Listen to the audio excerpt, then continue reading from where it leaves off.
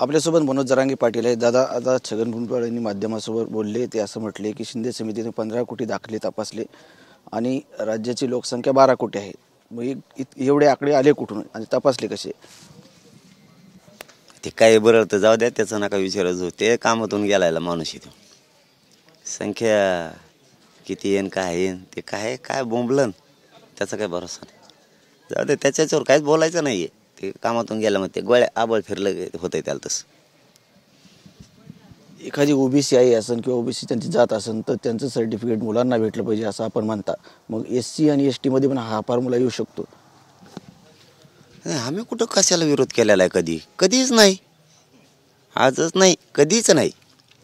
ओबीसीला किती आरक्षण दिलं, कोणाला किती दिलं, आम्ही हे कधीच काढलं नाही. का दिलं सुद्धा म्हणलो नाही. आमच्या मात्र नोंदी सापडल्यात तर आम्हाला आरक्षण पाहिजे, याच्यावरती आम्ही ठाम आहेत. जर आमचे आणि विदर्भाचे रोटीबिटी व्यवहार आहेत, पश्चिम महाराष्ट्र आमचे रोटीबिटी व्यवहार आहेत, तर आई ज्यावेळेस तिकडची केली जाते, मुलगी केली जाते, त्यावेळेस तिकडं त्यांच्याला कुणबी प्रमाणपत्र आहेत. इकडं आल्याच्या नंतर तिच्याच मुलाला ते लागू होत नाही. काय वाईट मागणी? रक्ताचं नातं याच्यापेक्षा काय असू शकतं? आईच्या मुलाला तिला असलेल्या आरक्षणाचा फायदा व्हावा, सगळ्यांना होतोय. तिच्याच मुलाला व्हायचा नाही म्हणजे किती मोठा अन्याय आहे. ते आई कुणबी आहे, आमचे रोटीबिटी व्यवहार होत आहेत, तर मग त्यांना ते तिच्या मुलाला फायदा झाला पाहिजे, एवढंच म्हणणं आहे आमचं. आणि ते सरकारनं लगेच करावं या अधिवेशनातच. सरकार ओबीसी कोट्यातून मराठा समाजाला आरक्षण देण्याबाबतीत विचार अजून करते, पण कुठल्या तरी दुसऱ्या मागच्या मार्गानं मराठा समाजाला ओबीसी मध्ये एंट्री पण देते असंही भुजबळ म्हणाले. ते काय म्हणतं त्याचं त्या सोडून. त्याला काय मी माझ्या साहेबाला त्यावेळेस सांगितलं होतं, हे कुंकडं बरं तुमच्याच खिशात गोळ्या ठोजा, ते इसरतं एखाद बरं, याला चालता दे जा एखादी गोळी. ते काय बरं आहे ते कुंकडं बरळतं, त्याला काय नाही, त्याला काय महत्त्व देण्याची गरज नाही.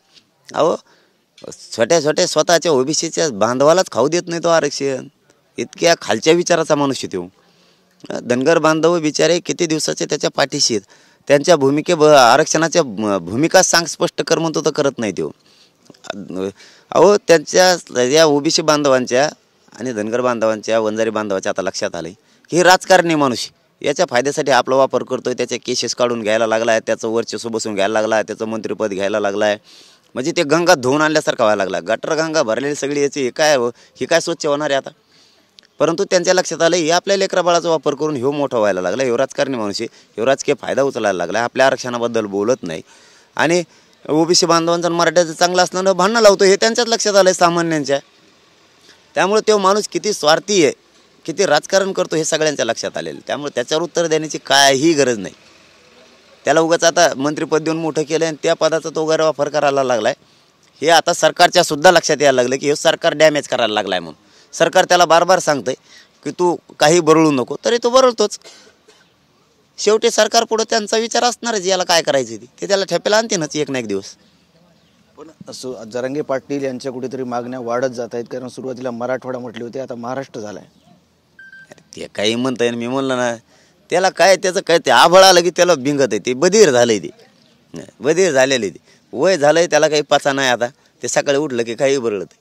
त्यामुळे त्याचं काय मनावर घ्यायचं आणि त्याला महत्त्व द्यायची गरज नाही. ते कामातून गेलेलं आहे, पूर्ण कामातून गेलेले.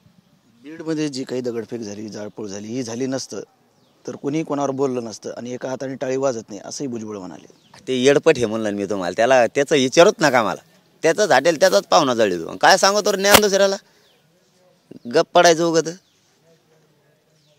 त्याच हॉटेल त्याचाच पाहुणा जळतो. काय सांगतो दुसऱ्याला तू? त्यांनी त्यांच्या द्वेषापोटी एकामेकाचे फोडले. मराठ्यांना कशाला बदनाम करतो रे? सगळा सामान्य ओबीसी बांधव सुद्धा बदनाम केला. काय केलं तो का ओबीसी बांधवांसाठी? आमचे संबंध चांगले आहेत, गाव खेड्यात एकमेकाशी खातो पितो उठतो, आम्ही एकमेकाच्या सुखादुःखात जातो. कशाला संबंध खराब करतो ना आमचे? त्यांना आंदोलन उभा करायला लावतो आणि आमचे संबंध खराब करतो. ते एवढे येडे नाही आहेत, त्यांना माहिती आहे राजकारणी माणूस आपले फायदे करायला. आपले संबंध खराब होऊ देऊ नका. मराठा बांधवांना, ओबीसी बांधवांना विनंती माझी. गाव आपले, जिल्हा आपला आहे, राज्य आपलं आहे, याचं काय ऐकता? हे बुंगरी सगळ्या दुनियाचं, याचं काय ऐकू नका. तर हे होते मनोज जरांगे पाटील यांनी ओबीसी आणि मराठ्यांनी छगन भुजबळ यांचं म्हणणं ऐकू नये आणि गावागावात भांडणं करू नये, आपसात मतभेद करू नये, वाद करू नये असं जरांगे पाटील यांचं म्हणणं आहे. कॅमेरामॅन हर्षलसह संजय सरोदे, TV9 मराठी, जालना.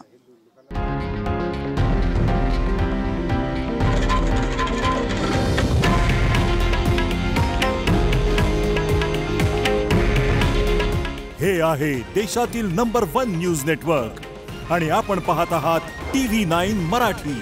काळजी तुमची, हित महाराष्ट्राचं.